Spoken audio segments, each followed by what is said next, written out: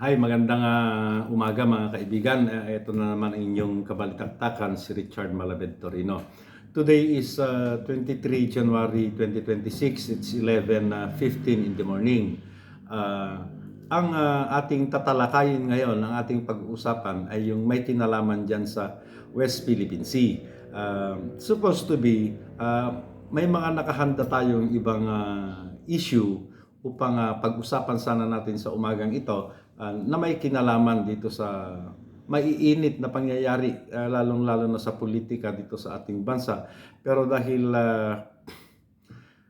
nagiging malalim na itong hidwaan ng Chinese Embassy laban dito sa ating Philippine Coast Guard, particularly na dyan sa spokesperson ng ating Philippine Coast Guard in the person of Commodore J. Tariela, naisip ko na pag-usapan na lang natin ito para baka kasi naririnig ito ng ating mga taga-subaybay, ating mga taga-panood, ang ating mga kapwa Pilipino. Bakit nag-aaway ngayon yung Chinese Embassy at itong Philippine Coast Guard, lalong-lalo na itong sabi ko nga kay Commodore J. Tariela.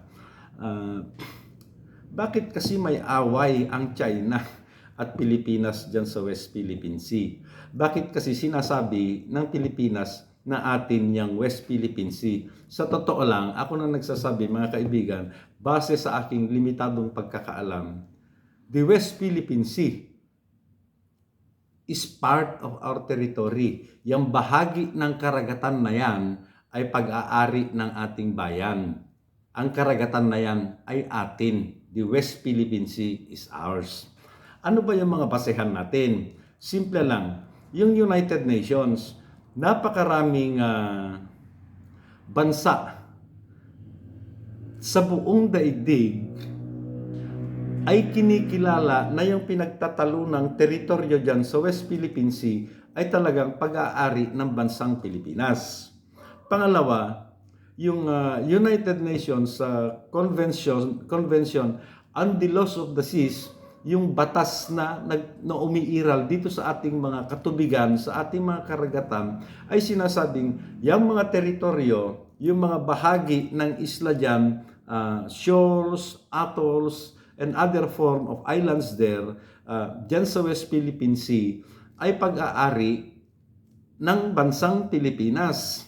Ang katunayan dyan, yung arbitral ruling na inilabas galing dyan sa The Hague, dyan sa the Netherlands, noong 2016 ay siyang nagpatibay na atin talaga yung mga pinag-aawayang pinagtatalo ng teritoryo dyan sa West Philippine Sea. At and another thing, ito ay yung very common basis for all Filipinos. Maraming nakakaalam dito kasi yung mga Filipinos noon na parang halos nasa edad ko, mga kaedad ko, ay bata pa tayo, elementarya pa lang, ay napag-aaralan na natin ito. Ganito yon. Sa halos loob, it could be more or less 400 years, nasakop tayo ng bansang Espanya. Dumating lang sa atin yung mga Amerikano para tulungan yung mga Pilipino na makipaglaban dito sa pang-Espanyol upang sa ganun makuha natin uli, makamit natin uli yung ating pambansang kalayaan. Pero natapos ang digmaan na yan, ang alam kasi natin, Spain was absolutely defeated militarily. Yun yung alam natin. Kaya naging malaya uli ang ating bansa dyan sa pananakop. Napakahabang panahon na sinakop tayo ng mga Espanyol dahil natalo sila sa digmaan. No, ang totoo dyan, in the year of 1898, patalo na talaga. Malapit nang matalo yung Spain. Malapit na silang talunin ng pinagsanib na pwersa ng mga sundalong Amerikano at Pilipino. Pero hindi na hinintay ng bansang Espanya na matalo sila. So anong ginawa nila? Ang sabi ng Spain, sa Amerika, hindi kasama ang mga representante ng bansang Pilipinas noon. Ang sabi ng Spain sa Amerika, tigil na natin ang digmaang ito. Bayaran nyo na lang sa amin ang bansang Pilipinas. Meaning to say, the Spanish government, who was then occupying the entire territory of the Philippines known as Islas de Pilipinas, Sabi niya sa Amerika, tigil natin ang digmaan pero bayaran niyo kami. In short, the war stopped because Spain ceded the Philippines to the United States of America. Ulitin ko, ang sabi ng Spain, tigilan natin ang digmaan ito, pero bayaran nyo sa amin yung bansang Pilipinas to the tune of $20 million. So, yung Amerika, nag-isip din. Sabi ng Spain, hinto na daw natin yung digmaan, pero bayaran daw natin yung Pilipinas ng $20 million. So parehong nagkwenta itong Spain at Amerika. We call this the economy of war. Matatalo na yung Spain pero gagastos pa rin yung Amerika para tuluyan silang magapi militarily. So ang sabi ng Amerika, sige payag kami. Bilhin na namin yung Pilipinas sa halagang $20 million. And that's the summary. Dahil nagkasundo sila na magkabayaran, nagkaroon ng tratado. In a layman's term, parang nagkaroon sila ng deed of sale. Parang unawaan, intindihan, patunay na nagkaroon ng bilihan na yung bansang Pilipinas ay ibinenta ng Spain at binili ng United States of America sa halagang 20 million. Kaya nagkaroon ng Treaty of Paris sa France, sa Paris yan, nagkabayaran to the tune of $20 million. To cut the story short, nung matapos yung bilihan, natapos yung kontrata na tinawag natin na the 1898 Treaty of Paris, umalis ngayon yung Spain dito sa Pilipinas at pansamantala napailalim tayo sa kontrol ng mga Amerikano. Pagkaalis ng mga Espanyol, nagsagawa ng naval mapping, maritime mapping itong Amerika. Tingnan nila yung kabuuan ng teritoryo na nabili nila sa Espanya upang sa ganun gumawa sila ng territorial map. Habang ginagawa itong naval and maritime mapping, napansin ng bansang Amerika na mayroon dyan 2 isla na hindi napaloob dun sa binili nila sa Espanya. Kaya not verbal, yung bansang Amerika sumulat sa Spain. Sabi nila, teka, bakit mayroon 2 isla dyan sa South China Sea? South China Sea pa nun, kasi kailan lang naman, panahon lang ni Noynoy Aquino, yung presidente natin from 2010 to 2016, na yung South China Sea ay tinawag na West Philippine Sea. So, balik tayo. Nung gumagawa na nung mapa, yung Amerika, napansin nila may 2 isla na hindi kasali sa mga nabenta. So, sumulat yung bansang Amerika sa bansa ng Espanya at sabi nila, doon sa binili namin na $20 million sa inyo, bakit may 2 isla na hindi kasali dito? At ang sabi ng Spain, talaga sinadya namin, hindi yun kasali sa ibebenta namin sa inyo. At ang sabi ng Amerika, sa isang sulat uli, ang sabi nila, we are interested to acquire those islands in favor of the Philippine territory. So meaning to say, gusto ng Amerika na bilhin pa uli yung 2 isla na yan. Ang sabi ng Amerika, kung gusto nyo, bilhin uli namin yan, bayaran uli namin yung mga isla na hindi nasakop doon sa unang tratado ng $100,000. Ang sabi ng Spain, oops, sandali, masyadong mura. O kung gusto nyo, bilhin nyo yan, yung mga isla na hindi napasali dyan sa unang bentahan ng $200,000. At ang sabi ng Amerika, dahil interesado sila, okay, deal. Bibilhin namin yung mga isla na yan na hindi napasakop dyan sa 1898 Treaty of Paris. Binigyan nila ng another $200,000 yung Spain. Kaya napunta sa atin. Binili yan ng Amerika, second purchase. Binili nila yung mga isla na hindi napasakop doon sa unang treaty to the tune of $200,000. Kasali na dyan yung Scarborough Shoal at yung Spratlys. At dahil nagkabilihan uli, gumawa uli sila ng panibagong kontrata at tinawag yan ng the Washington Treaty. At dyan sa Washington Treaty noong 1900, nakapaloob na dyan kasama na sa teritoryo ng Pilipinas yung Scarborough Shoal at yung Spratlys.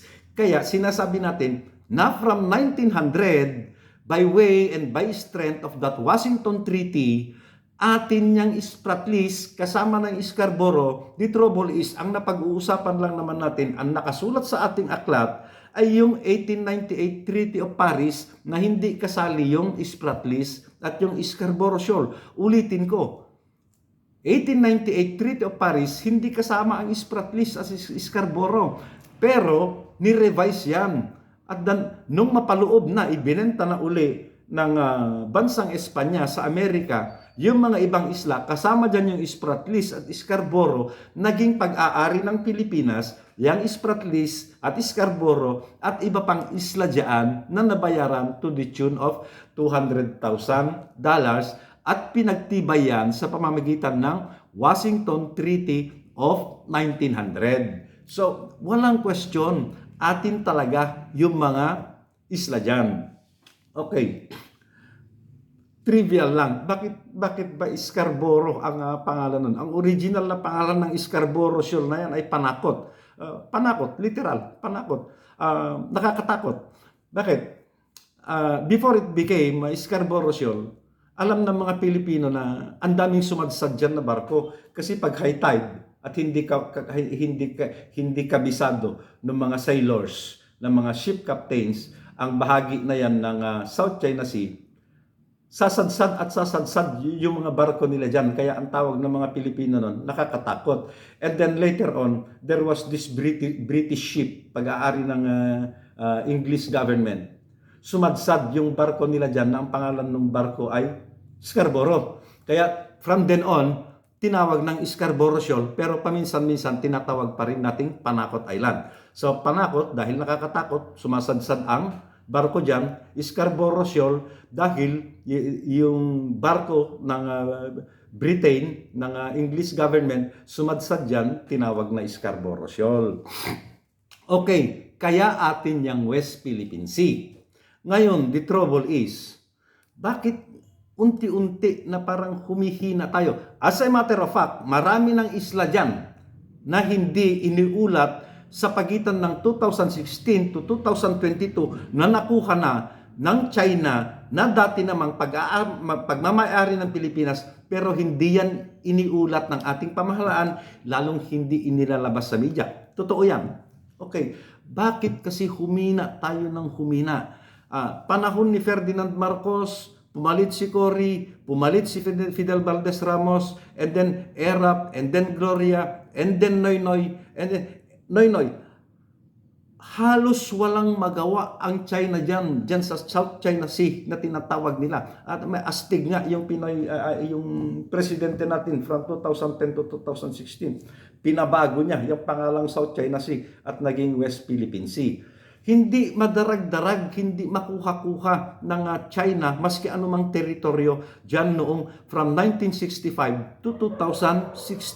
The trouble is, 2016, humina ang Pilipinas. Humina ang claim, ang tindig ng mga Pilipino para ipaglaban natin yan. Yung atin naman talaga sa atin ang mga yan, yung mga naturang teritoryo. Why? During the time of Digong, kitang-kita yung pagiging mahina ng ating bansa para ipaglaban natin ang ating karapatan, ang ating teritoryo. Just dyan sa West Philippine Sea. Why? Why? Tandaan nyo ito. During the presidential elections of 2016, if I remember it right, meron dyan 5 kandidato na naglalaban-laban. Miriam Defensor Santiago, si Grace Po, Jojo Marbinay, Mar Rojas, at itong si Digong. Nakita ng China na meron silang pwedeng alagaan dyan. Meron silang pwedeng manukin. Or siguro sa isip nila, kaya nilang hawakan sa leeg. Kaya nga tinawag na Manchurian candidate itong si Digong kasi meron siyang foreign funding galing sa China. Kaya yan nanalo. Totoo yan. Kaya yan nanalo because of Chinese funding. Kung mapapansin nyo, nung eleksyon nung 2016, presidential election, hindi masyadong naglalabas ng programa plataforma si Digong except for telling repeatedly na Davao is the safest city in the Philippines. Ang dami akong pinatay na puser, ang dami akong pinatay na adik. Pag nanalo ako, ubos kayong puser kayo, ubos kayong adik kayo. Kaya nanalo yan, wala siyang masyadong inilalahad na programa at plataforma, lalong-lalo na sa domestic at foreign policies. Nanalo yan kasi ang lakas ng paninira nila sa mga kalaban niya dyan sa apat. Sa apat, si Miriam may tililing.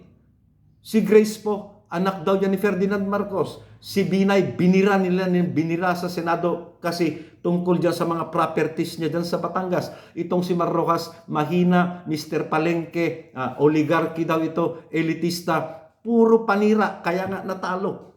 Itong apat na ito, nanalo si Digong, malakas noon pa man, 2016 presidential election, malakas na yung troll, malakas na dito yung mga DDS vloggers. And that contributed heavily to the victory of Digong in 2016. Now, fast forward. Bakit naging malakas ang China at humina ang Pilipinas nung panahon ni Digong?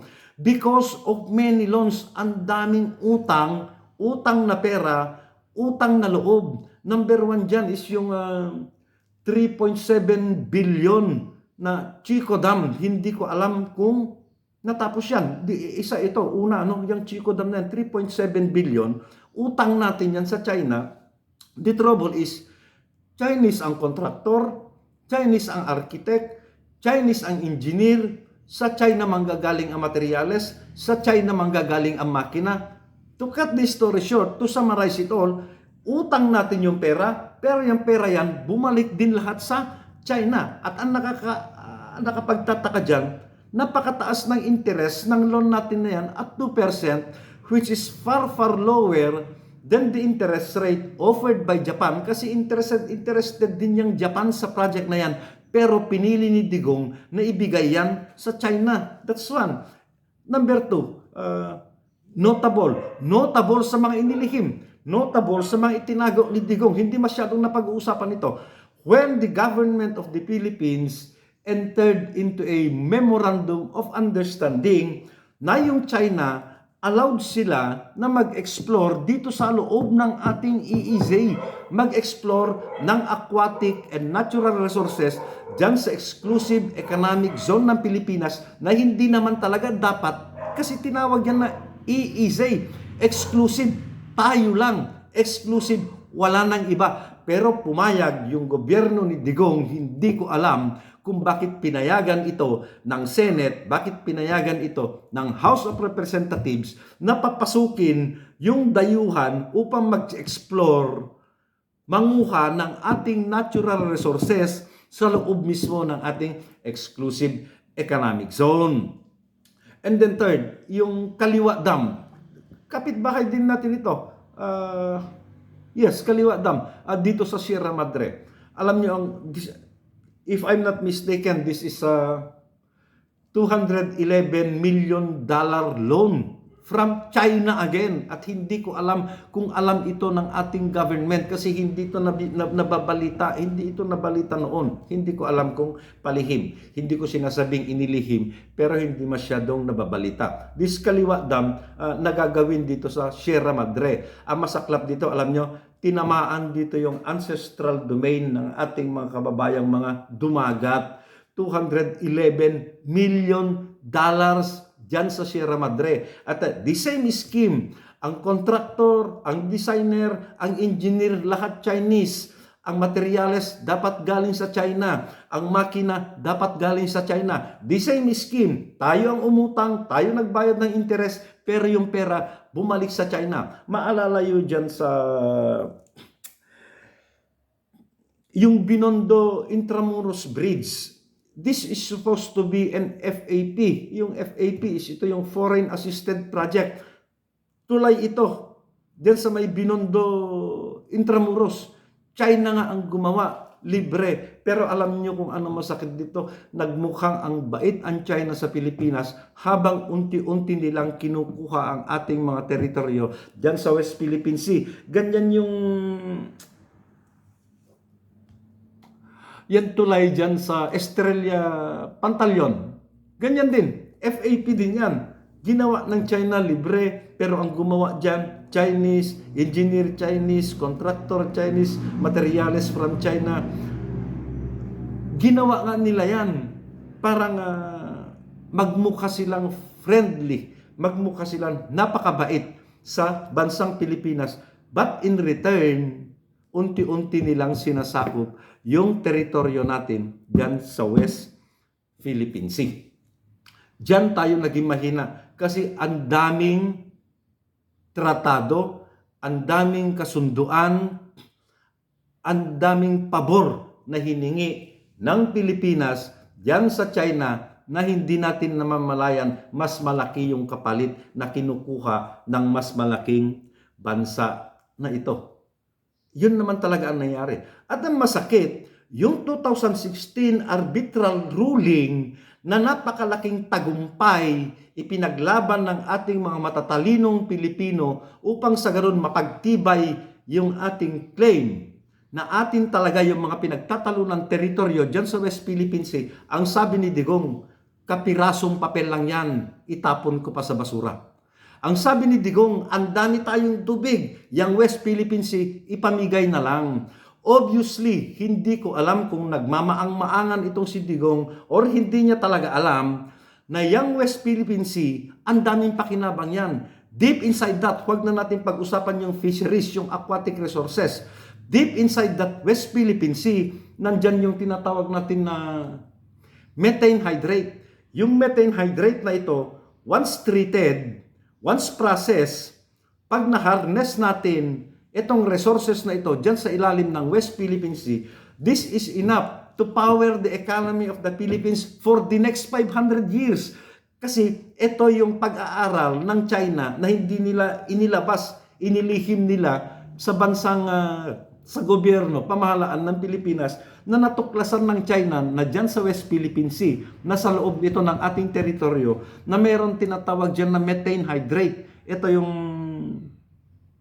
pinanggagalingan ng natural gas, oil. Kaya gustong-gusto ng China na kunin yan kasi they have the equipment. Sino lang ba may equipment ngayon? Parang sa buong mundo, 5 bansa lang yata yung may equipment na i-process yung methane hydrate para maging oil, maging gas, maging fuel, maging power, maging energy. I think the United States has that, Canada has that, Japan has that, China is that. Parang 4 lang yung mga bansa sa buong mundo na sa ngayon ay may equipment para i-process yung methane hydrate na yan, ma-convert into power.